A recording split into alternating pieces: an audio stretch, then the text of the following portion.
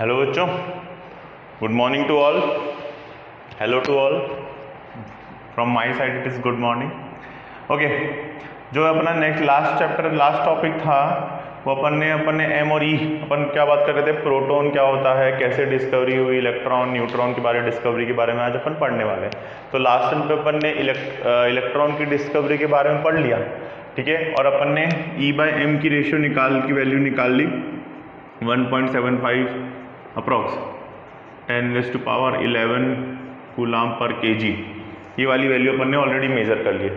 अब आज का एक्सपेरिमेंट क्या है कि मिलिकिन ऑयल ड्रॉप एक्सपेरिमेंट है। आप लोगों के ये पोर्शन में नहीं दे रखा, एक्टिविटी के अंदर इसको दे रखा है, लेकिन मैं फिर भी इसको एक्सप्लेन करूंगा।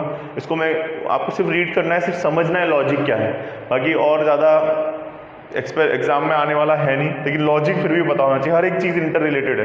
देखो उसने बहुत सही दिमाग लगाया, मिलिकिन ऑयल ड्रॉप मिलिकिन ने क्या किया, बहुत सही दिमाग लगाया। कैसे है देखो, सबसे पहले एक्सपेरिमेंट के बारे में देखते हैं। उसने एक बड़ा सा बॉक्स लिया, कोई भी प्लास्टिक का या गत्ते का डब्बा, सिंपल, ठीक है। ऊपर एक प्लेट लगा दी, this one is a positive charge, ठीक है, और इसके बीच में लगा दी एक नेगेटिव चार्ज, ठीक है। और एक प्लेट नॉर्मल प्लास्टिक की, कोई भी गत्ते की कोई भी प्लेट इसने यहाँ पे लगा दी, और इसमें एक छोटा सा कर दिया होल। मैं एक्सपेरिमेंट के बारे में बता रहा हूँ कैसे किया, ठीक है। और यहाँ पे उसने इसके अंदर ऑयल भरा, और जैसे स्प्रे आता है ना, डीओ या स्प्रे, वैसे स्प्रे किया।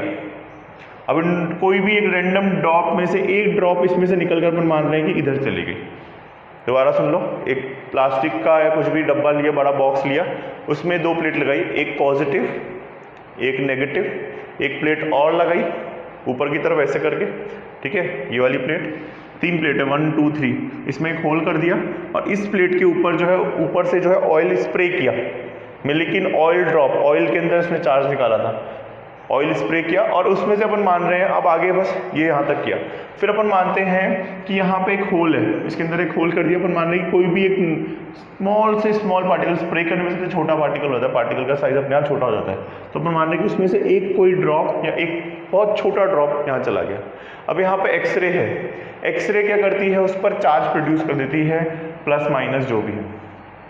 अब क्या होता है कि ग्रेविटी फोर्स के कारण ये नीचे की तरफ जाना चाहेगा, भाई हर चीज़ पे ग्रेविटी लग रही है, छोटा सा छोटा ड्रॉप हो, अल्टीमेटली जब तुम स्प्रे करते हो तो अल्टीमेटली तुम्हारे कपड़ों पर या फिर नीचे की तरफ जाके गिरता है, यही तो होगा, तो वो नीचे की तरफ जाना चाहेगा। अब जैसे इस पर चार्ज आ गया, प्लस माइनस जो भी है, रिस्पेक्टिव चार्ज आ गया, जैसे ही मैंने वोल्टेज अप्लाई किया, ठीक है, ये चार्ज ये नीचे की तरफ जाने के फ्लक्चुएट होने लग गया। बहुत ज़्यादा वोल्टेज अप्लाई करने में क्या देखा कि ये चार्ज जो है फ्लक्चुएट, ये छोटा सा पार्टिकल, ये ऑयल ड्रॉप जो है फ्लक्चुएट होने लग गई।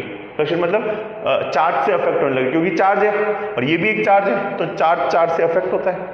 अब नीचे की तरफ तुम्हारा ग्रेविटी लग रहा है। अब मैं चाहता हूँ कि यहाँ पे स्टेशनरी रहे, तो मैंने क्या किया, इन दोनों इलेक्ट्रोड्स के बीच में एक वोल्टेज अप्लाई कर दिया। इलेक्ट्रोड इस तरीके से कि अपन देख रहे हैं कि कितना वोल्टेज लगाने पर ये स्टेशनरी हो जाए, मतलब वो ग्रेविटी को अपोज कर दे। अब मैं इसको पूरे चीज़ को यहाँ से ऑब्जर्व कर रहा हूँ कि हाँ भाई वो कैसे इफेक्ट हो रहा है, माइक्रोस्कोप है जो भी है, ठीक है। इस तरीके से ऑब्जर्व कर रहा हूँ कि वो ग्रेविटी की वजह से नीचे जा रहा है। मैंने क्या किया, उसको स्टॉप करने की कोशिश की, मैंने चार्ज अप्लाई किया, क्योंकि इस पर चार्ज है। चार्ज कैसे जनरेट हुआ, एक्सरे के थ्रू चार्ज जनरेट हो गया, ठीक है साहब। चार्ज अप्लाई करने पे मैंने देखा कि वो कैसे स्टॉप होता है या कैसे नहीं होता। तो मैंने क्या किया, इतना वोल्टेज अप्लाई किया कि वो स्टेशनरी हो। फिर मैंने उसको और ज़्यादा वोल्टेज दिया तो वो शायद ऊपर की तरफ जाने लग गया, कम वोल्टेज दिया तो नीचे की तरफ जाने लग गया। और एक टाइम पे मैंने उसको स्टेशनरी स्टेट निकाली कि जब ना तो वो नीचे जाए ना ऊपर से हवा में झूमता रहे। हवा में क्या रहे, इस तरीके से बस उड़ने लग जाए कि हाँ भाई ये लो हवा में, इस तरीके से, ना ऊपर ना नीचे, सिर्फ बीच में हवा में रह जाए। इस कंडीशन में मैंने इसको स्टेबल रखने के लिए जितना चार्ज अप्लाई किया, उससे मैंने क्या निकाल लिया, Q निकाल लिया। क्या निकाल लिया, Q। और Q इज इक्वल टू क्या बोला गया, N इंटू, ठीक है। N जो है नंबर ऑफ इलेक्ट्रॉन जितने भी होंगे, और E जो है इलेक्ट्रॉन पे चार्ज। मैंने Q निकाल लिया, N में नंबर ऑफ इलेक्ट्रॉन्स मैंने उस हिसाब से निकाल लिए, और E जो है वो क्या हो गया, इलेक्ट्रॉन पे चार्ज। तो इस तरीके से मिलिकिन ऑयल ड्रॉप एक्सपेरिमेंट से इलेक्ट्रॉन पर चार्ज, भाई अपन ने इलेक्ट्रॉन तो निकाल लिया, M और E की वैल्यू भी निकाल ली, लेकिन इंडिविजुअल का इस वाले एक्सपेरिमेंट में ना तो E की वैल्यू थी ना M की, दोनों की रेशियो था। दोनों का क्या था, रेशियो था। तो यहाँ से अपने पास इलेक्ट्रॉन की पे चार्ज की जो वैल्यू है मिलिकिन ऑयल ड्रॉप पे y 1.6 इंटू 10⁻⁻19 कूलम, ये अपने एक इलेक्ट्रॉन पर चार्ज होता है। कितनी वैल्यू आई? 1.6 इंटू 10⁻⁻19 कूलम। फिर बस, फिर तो कोई प्रॉब्लम ही नहीं थी भाई। अपने को क्या होता है, ये अपने पास वैल्यू आ गई क्या, E/me is equals to E/me, दोनों वैल्यू बराबर है, कोई दिक्कत नहीं है। अपन को क्या निकालना है? E, सपोज ये E निकालना है या कोई सा भी एक E निकालना है, मुझे E निकालना, सॉरी E तो है ना, M निकालना है, E तो आ गया, तो मुझे M निकालना है। तो देखो मैंने ME इज इक्वल्स टू, इसको डिवाइड कर रहा हूँ, इसको लेके जा रहा हूँ, तो ये हो जाएगा E/E/m।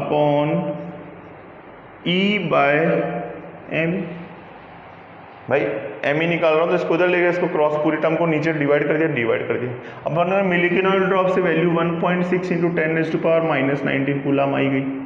और E/m रेशियो जो है अपना पुराने वाले एक्सपेरिमेंट से आ गया, उसकी वैल्यू कितनी थी? 1.75 इंटू 10⁻11, ये कूलम और ये केजी ऊपर चला जाएगा घूम के, तो केजी, कूलम से कूलम कैंसिल, वैल्यू को कैंसिल करेंगे तो आंसर कितना आया? 9.1 इंटू 10⁻31 केजी। तो इसकी मदद से चार्ज आ गया, इसकी मदद से मास आ गया, ठीक है, इसकी वजह से मास आ गया ME, ये आप लोगों का क्या है? ME। और इन दोनों का रेशियो लिया तो ये वाली वैल्यू आ रही थी, मतलब तीनों बातें सही है, इसकी इंडिविजुअल वैल्यू भी सही है, इसकी इंडिविजुअल वैल्यू भी सही है, और इन दोनों का रेशियो भी सही है। ये तुम्हारा मिलिकिन ऑयल ड्रॉप एक्सपेरिमेंट है, जहां पे तुम लोगों को इस तरीके से एक्सप्लेन किया गया है कि इलेक्ट्रॉन का चार्ज कैसे निकालते हैं। ये तुम्हारी एक्टिविटी में दे रखा है, बट मुझे लगा कि कोई कॉन्सेप्ट है तो वो ज़रूरी है उसको एक्सप्लेन करना, तो उसको मैंने बता दिया। नोट कर लो फटाफट से। किया? ओके, डायग्राम बना लो। बुक में अच्छा डायग्राम दे रखा है मेरे से, लेकिन कॉन्सेप्ट यही है, सिर्फ आप लोगों को आइडिया होना चाहिए ये वैल्यू कैसे निकाली गई है।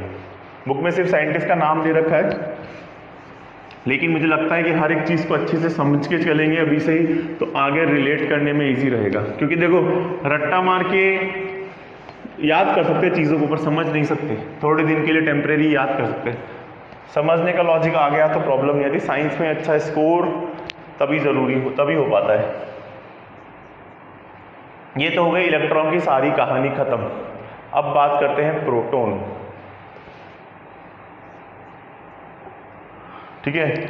अब बात करते हैं प्रोटॉन, डिस्कवरी ऑफ प्रोटॉन। देखो तुम्हारी बुक में इसका एक्सप्लेनेशन बहुत ही छोटा सा दे रखा है, और पता नहीं वो एक्सप्लेनेशन भी है कि नहीं है, लेकिन मुझे लगता है कि तुम्हें अच्छे से पता होना चाहिए।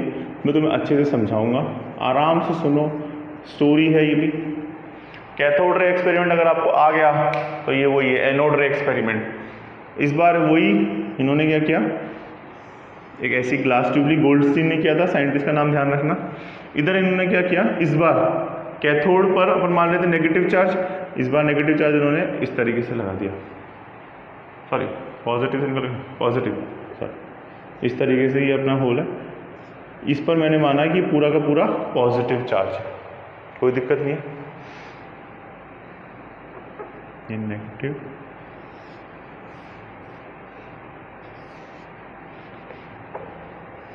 अब ये डिस्कवरी के बारे में, सिर्फ एक्सपेरिमेंट के बारे में सुनो, अच्छी स्टोरी जैसा है, ठीक है। ये पॉजिटिव हो गया, ये अपना ये कैथोड हो गया, और ये अपना हो गया एनोड।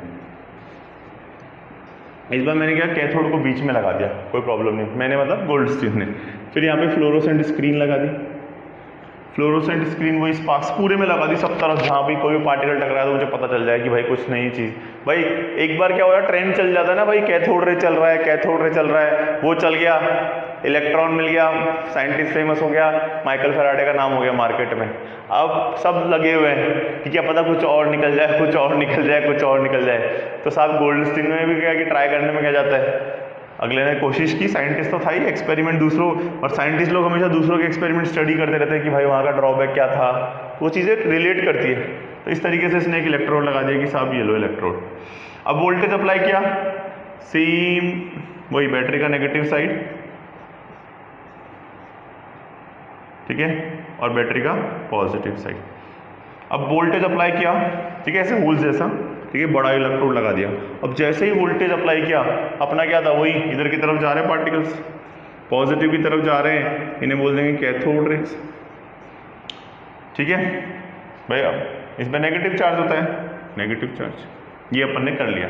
बहुत ज़्यादा वोल्टेज, पहले उसने ट्रांसफार्मर लगाया था तो इस बार पावर हाउस जोड़ दिया कि आने दे।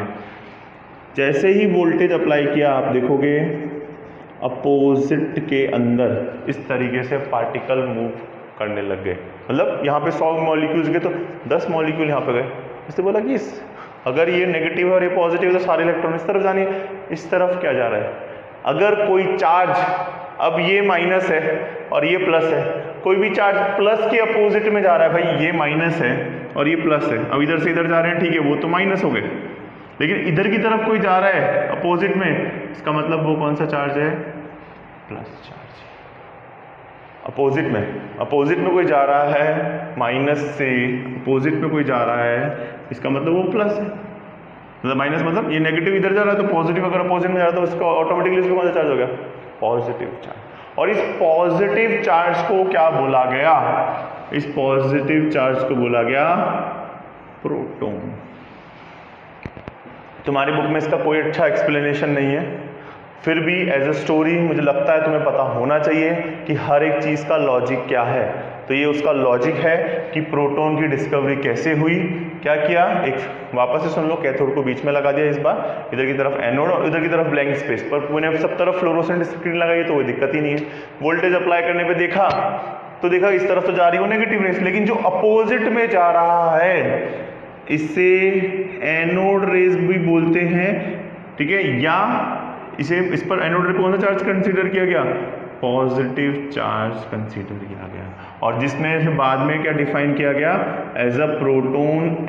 इनका एक्सप्लेनेशन किया गया कि हाँ भाई इस तरफ कोई जा रहा है तो कहानी में वो प्रोटॉन है, इस तरफ कोई जा रहा है तो कहानी में वो क्या है, प्रोटॉन।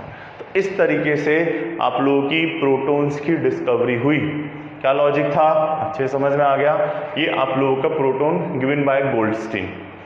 बुक में सिर्फ साइंटिस्ट का नाम दे रखा है, पर मैंने आपको एज एक्सपेरिमेंट एक्सप्लेन कर दिया है। नोट कर लो, डायग्राम बना लेना अच्छे से, कोई प्रॉब्लम नहीं है, बहुत ही सिंपल लॉजिक है, ठीक है। अब आगे की बात, सर अब एक और पार्टिकल बच रहा है तो ही बता देते हैं।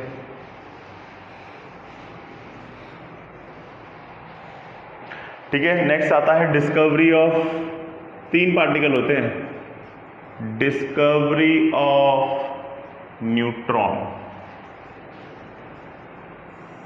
इसकी जो डिस्कवरी थी वो चैडविक, CHADWICK, चैडविक ने की।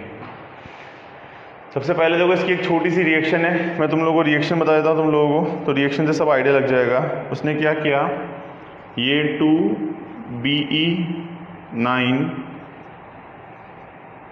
2He4, this is alpha particle. Alpha particle पर याद रखना आप लोगों के हीलियम जितना चार्ज होता है, कराया तो आप लोगों के बन गया C612 प्लस 0N1, क्या बन गया, 0N1। ठीक है, उसने क्या किया, चैडविक ने क्या किया कि बेरिलियम पर अल्फा पार्टिकल की बॉम्बार्डिंग करा दी। ठीक है, मतलब अटैक, ठीक है, यहाँ से अल्फा पार्टिकल इस पर आके बहुत सारे पार्टिकल टकरा रहे हैं। तो उन्होंने देखा कि प्रॉपर्टी में वेरिएशन आ गया कि हाँ 6C12 गया, लेकिन साथ में क्या ऑब्जर्व किया कि एक न्यूट्रल पार्टिकल मिल रहा है। न्यूट्रल पार्टिकल कैसे पता करेंगे भाई, इसको प्लस और माइनस के पास ले जाए, अगर प्लस के पास जाने पे अट्रैक्ट हो रहा है इसका मतलब ये माइनस है, और अगर रिपेल हो रहा है तो इसका मतलब प्लस है। अब वो वहाँ पे जाके वैसा का वैसा ही है, कितना भी पॉजिटिव इलेक्ट्रोड के बीच में लगा दिया भाई, 2 इलेक्ट्रोड के बीच में लगा दिया, इसको पार्टिकल को यहाँ रख रखा है। अब मैं इलेक्ट्रिक मैग्नेटिक फील्ड अप्लाई कर रहा हूँ, कोई वेरिएशन नहीं।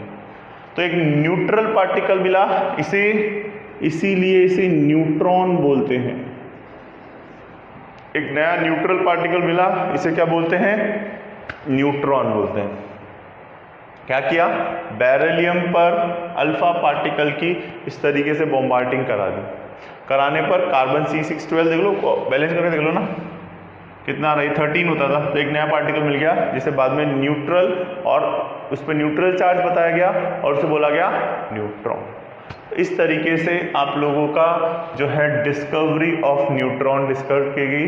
इसकी एक फिक्स वैल्यू है, मास ऑफ न्यूट्रॉन जो है वो आप लोगों का m of n, mass of neutron होता है 1.675 इंटू 10⁻⁻27 kg।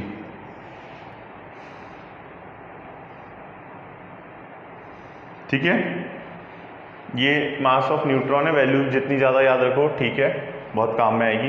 क्लियर, यहाँ तो कोई दिक्कत नहीं है, कोई प्रॉब्लम नहीं। अब ये कहानी हो गई क्या, पहले अपन ने देखा इलेक्ट्रॉन की कैथोड रे एक्सपेरिमेंट देख लिया लास्ट लेक्चर में अपन ने, फिर m/e रेशो देख लिया, फिर अपन ने इलेक्ट्रॉन पे चार्ज निकाल लिया, फिर अपन ने प्रोटॉन निकाल लिया, ठीक है, फिर अपन ने न्यूट्रॉन निकाल लिया। ये सब चीज़ें कहाँ पे होती है, एटम में। लेकिन साइंटिस्ट, इसे रब कर रहा हूँ, लेकिन साइंटिस्ट बोले कि ठीक है चलो ये तो कोई दिक्कत नहीं है, कि मैं बोल रहा हूँ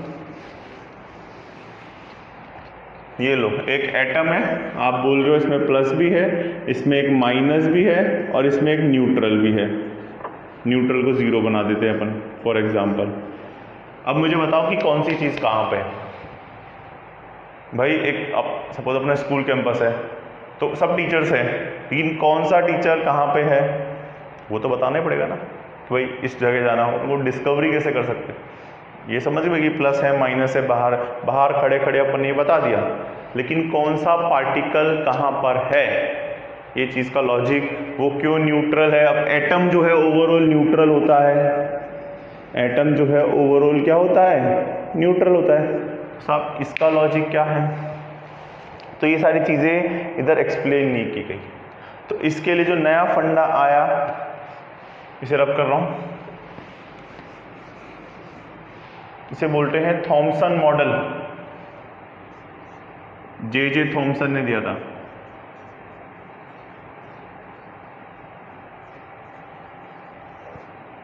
जे थॉमसन ने क्या बोला, तुमने ये लोअर स्टैंडर्ड में पढ़ा है डेफिनेटली, इसे प्लम पुडिंग मॉडल या वाटरमेलन मॉडल भी बोलते हैं।